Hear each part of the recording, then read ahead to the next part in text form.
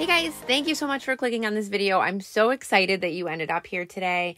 I'm doing lots of cleaning throughout the whole house. I'm also going to do some cooking. I've got Penny here. She is a dog that we watch. She is so super sweet. So I'm starting in our bedroom today. I absolutely love a clean bedroom. It's not really my favorite room to clean, but we do spend so much time in here. It's just like important to clean. And I don't know about you, but my room gets so dusty. I even get dust on like the vertical surfaces of the furniture. So I just try to clean my room every month at least. And I've talked before about how we make our bed every day. I like to keep our bedding super simple so that it only takes like 60 seconds to make.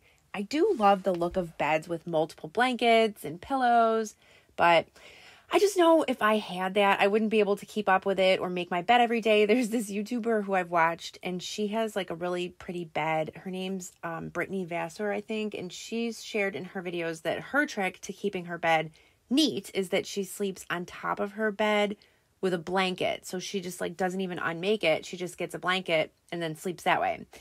I mean, it's an interesting idea, but I am so picky when I sleep. I need a nice comforter and a top sheet. Everything needs to be tucked in. Otherwise, I can't sleep. I know it's so weird.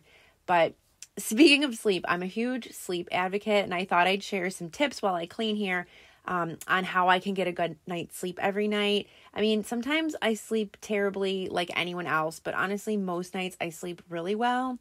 So just wanted to pass along what I do. But one of the things that I do, which has made a huge difference, is that I get ready for bed now at 8 p.m., which is about 2 hours before bedtime for me. Sometimes I'll even do it earlier than that. I'll basically just wash my face, brush my teeth, put my pajamas on. It makes such a big difference for some reason. And also around 8, I start reducing my light exposure. These lamps in my room can be dimmed. And so I do that, and then I don't work on my computers, just try to limit the light coming into my eyes. I also try not to eat past 6 p.m. If I'm full, I just cannot sleep. So the earlier I can eat, the better. And then the last thing is I sleep best in the pure dark as everyone else does. You might have noticed our bedroom has no windows, which I know may seem weird. And it was weird when we moved into this house, but now we just like love it so much. It's actually amazing. If you can, keep your room in total darkness as much as possible, it will make a huge difference in quality sleep. If you can't get total darkness, just get an eye mask. I'm telling you, light exposure can really mess you up. We go to my mother-in-law's house in Bulgaria, and she has a street light that's like right outside of our bedroom. So we're just like exposed to light. I do have an eye mask that I wear, but I can really tell a difference when we get exposed to light at night. Anyway, those are my tips in case they're helpful. They've helped me a lot. Now I'm going to make this veggie dish. I've got a lot of leftover veggies that I want to use. If you've seen one of my recent videos, I talked about batch cooking. It's one of my tips to save time throughout the week. If I can make large portions of food twice a week that we can just eat all week long, it's so much easier than having to worry about food every day of the week.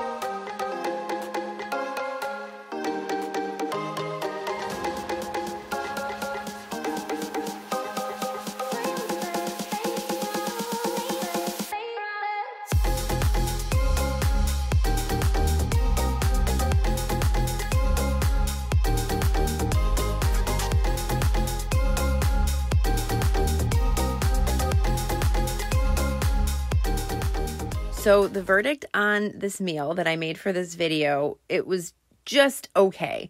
The roasted veggies actually turned out really good, much better than the ones in this garlic yogurt sauce that I'm making. I did not expect that. I thought that this sauce would be good. I saw the recipe for it and I wanted to try it. But I also did some roasted veggies alongside, and there's just something about roasting veggies that makes them taste really good. So that's how this kind of turned out. I want to be that person who enjoys meal planning and making dinners every night, but I just feel like I don't have the time. I always tell Peter, my husband, that when I retire, I plan to cook all the time. I love cooking things, especially from scratch, and learning how to cook new things. I love baking. I actually learned everything I know about cooking. I mean, not that I know a ton, but I watched the Food Network for like 10 years. I used to watch Rachel Ray's 30-minute meals, Paula Deen, Giada De Laurentiis, all those chefs. And I learned so much about the fundamentals of cooking. And it was just really interesting to learn all of that. I don't watch those shows anymore. We don't even have cable, but I still do enjoy a good cooking show if I can find one.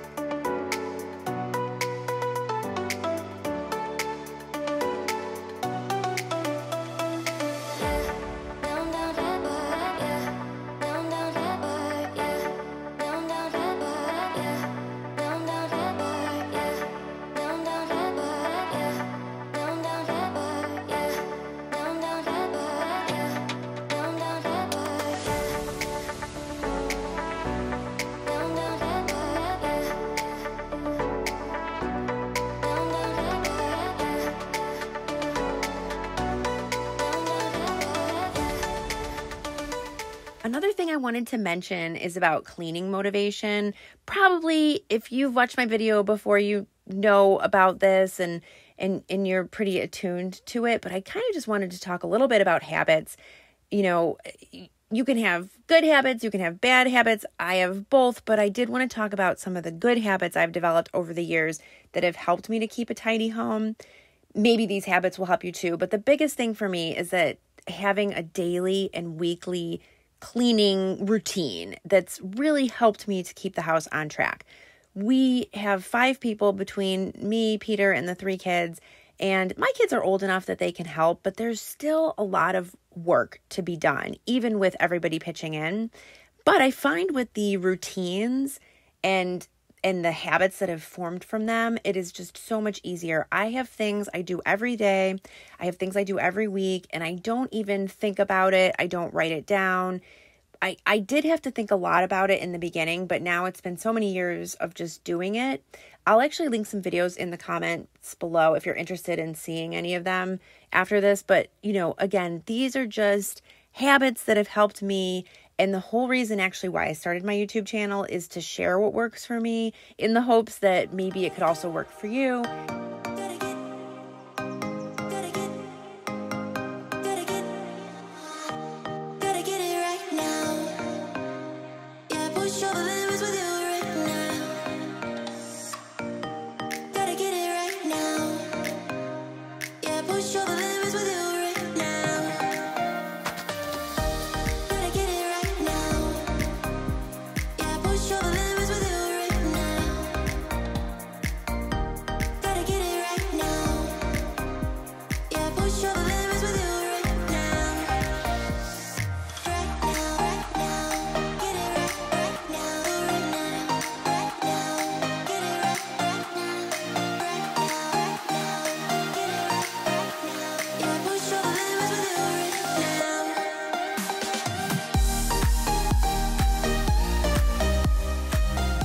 One of the things that I do every Sunday is clean the stovetop here. I used to dread this. I don't even know why, but now it's just like clockwork. It doesn't bother me at all. I love using my homemade cleaner. It's like about 2/3 of water, 1/3 of vinegar, and then a teaspoon or so of liquid dish soap. I also add essential oil sometimes just to overpower the vinegar smell. When I first started cleaning with vinegar, I just kept thinking about salads. But now when I smell the vinegar, I think of cleaning. If you don't like the vinegar smell, or if you have like a surface that isn't safe for vinegar though, you can make a cleaner with just water and some soap, and that works really well too. I'm making coffee here. I know this sounds weird, but making the coffee the night before and setting the timer for it to brew in the morning has been a life-changing thing for me. I love coffee. Let me know what kind of coffee you like. I love Dunkin' Donuts. I buy the flavored coffees. We're on like a blueberry kick right now. I went to Target and saw it, and bought out the store of their entire stock. I'm sorry in advance to anyone who was looking for that flavor in my area, but it is so good. So anyway, coffee brewing it the night before, or setting it to brew in the morning, perfect trick and works really well for me. I'll walk across the room just to show you that I'm still around. Ask if you wanna meet somewhere later when the sun goes down. Oh, you know I'm serious. I'm serious. I will keep you all to myself. Oh, you're so mysterious, mysterious. I can't keep my hands to myself. I'll walk across the room, show you I'm around. Ask if you wanna meet when the sun goes down. 'Cause you're the only one who can get me so high, so high,